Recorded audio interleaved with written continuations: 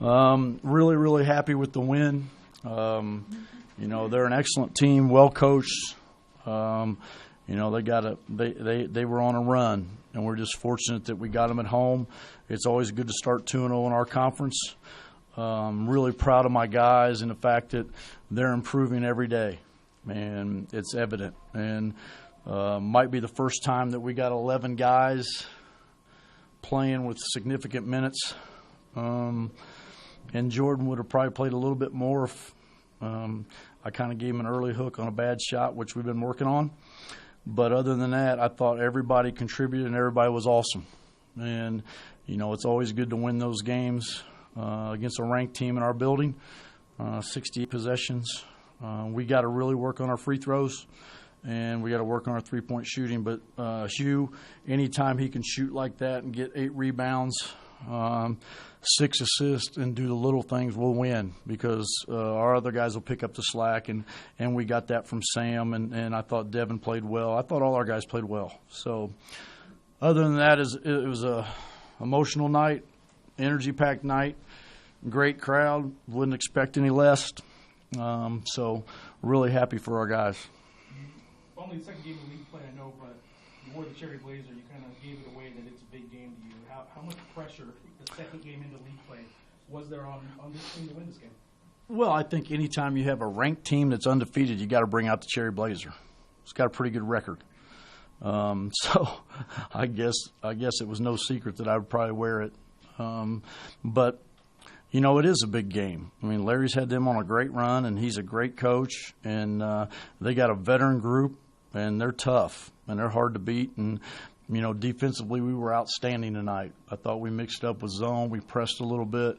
We're able to change up some things and do a lot of things because we can play 11 guys. And that helps. When you can play 11 guys, you can do a lot of different things. And you're talking about winning a game against a 24th ranked team, and probably would have been, I don't know how you would have looked at it, Jeff, but if the poll would have came out after they won New Mexico State, they might have been 20 with some of the losses. So, you beat a top-ranked team in the country with Hugh Greenwood and Deshaun Delaney not doing much. So that says a lot about what you've done with your younger guys, how much they've improved, and how much they've bought into the program. And that's important.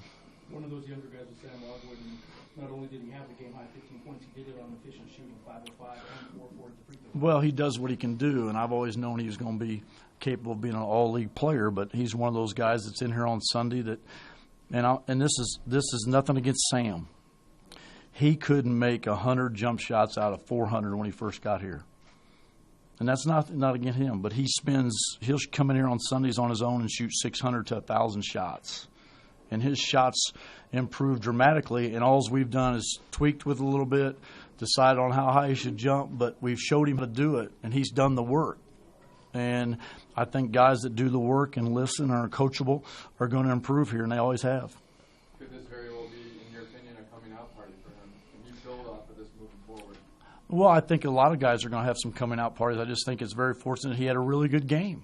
I think he stepped it up and played really well after being injured. He's hard to guard in the post for being a big wing. I mean, he's a lot like Tony Dandridge was when Tony was here when we had him that one year. He's got a big body. He's athletic. He's explosive. And if he'll make free throws like he has, he can score points. So, it's just, I don't know if it's a coming out party. Jeff thought the coming out party for him was the dunk contest at the Howl. But, I think tonight was more of a better one than that. Maybe a little different. Was this your team's best performance of the season so far? Well, I just told them in there after I'm really proud of them because all of them contributed and all of them bought into what we were doing. And I had to snap some of them back into line. But I told them all along, the loss to USC, the loss to Grand Canyon, even the loss to Texas A&M and Boston College, that game tonight showed how good they can be. And I think sometimes – I think with a new team and a young team and an experienced team, there's a little doubt. I think there's a little doubt in all of us as people when you're going against challenges. And I think they had a little doubt. But the more and more they improved, the better they've seen and the more they've come together, the more they believe. So I think that was big. You talk about the team effort. You talk talk about that, and you look down the line, and almost everyone's scoring except Joe. I mean, how does that work? I mean, it seemed like those guys were everyone contributing. It's got to feel good. Yeah, I think they're all here for a reason. I think they all fit the puzzle that we put together. We don't get caught up in, recruiting the highest ranked guy or whatever. We fit a puzzle, and we take what we need, and we take the things that we think that can work on our program. And it's always good to see all these guys succeed. Maybe not like Joe didn't score a lot, or some of those guys didn't score a lot. JJ didn't score a lot, but just see them getting better. Someday it might be their game. How defensively just taking out of what they don't know how their rhythm and enforcing a lot of just contested jumpers?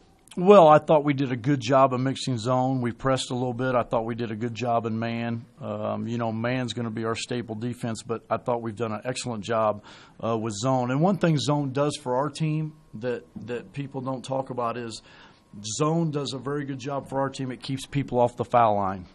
And if you can keep people off the foul line, I think that helps you keep scores low. If you can keep people from not making 20 foul shots. So I think zone helps us with that. And then we've been really good in man over the years, and we continue to get better now with this new group. You mentioned how close is this team to putting it all together? Oh, we're a long way away. We've got a long way to go. This is just one game. I mean, I'll be back at them tomorrow at 6 o'clock because we leave on Monday at 6 a.m. To go on the road. So, we just got to continue to try to get better and try to get the most out of each guy and just keep working. And, I think they will. You mentioned a quick hook with Jordan earlier. That was that three-pointer that he took where a lot of dribbles and then three-pointer he comes out. Second half, I see him take a guy from the three-point line and drive and score. And that's the first time I've seen you react to Jordan all season on the sideline. You gave a little fist pump.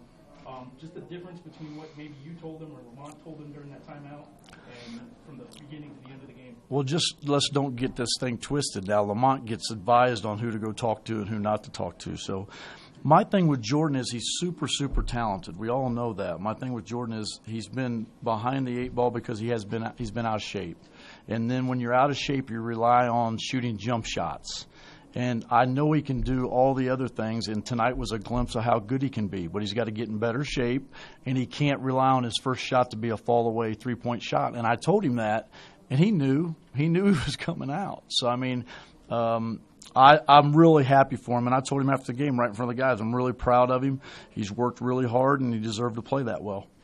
Coach, overall, how big a factor was the hustle in this game for you? I think the urgency in the way we played, I think that was brought on by the crowd. I think our guys feed off of that, but I thought they played really, really well. We made a lot of bad plays, but our good plays outweighed our bad, and we got to improve on our bad plays. Our mistakes passing the ball late in the game, execution late in the game, we got to continue to work on that. Devin Williams, 5 of 9 shooting with 13 points. Right. Seems to have time with baskets. Pretty good player. Really improved player. But it's like you can ask him. I gave him a new rule. He's straight line drive, and that's it. He can't dribble 2 dribbles one way and go 2 dribbles the next way. He's one way, and if he goes 2 directions, he's coming out. But he's one of those kids that's paid his price, paid his dues, and he's got to play at a high level, which he did. And he played 21 minutes. He's probably a 25-minute guy because he was pacing himself before.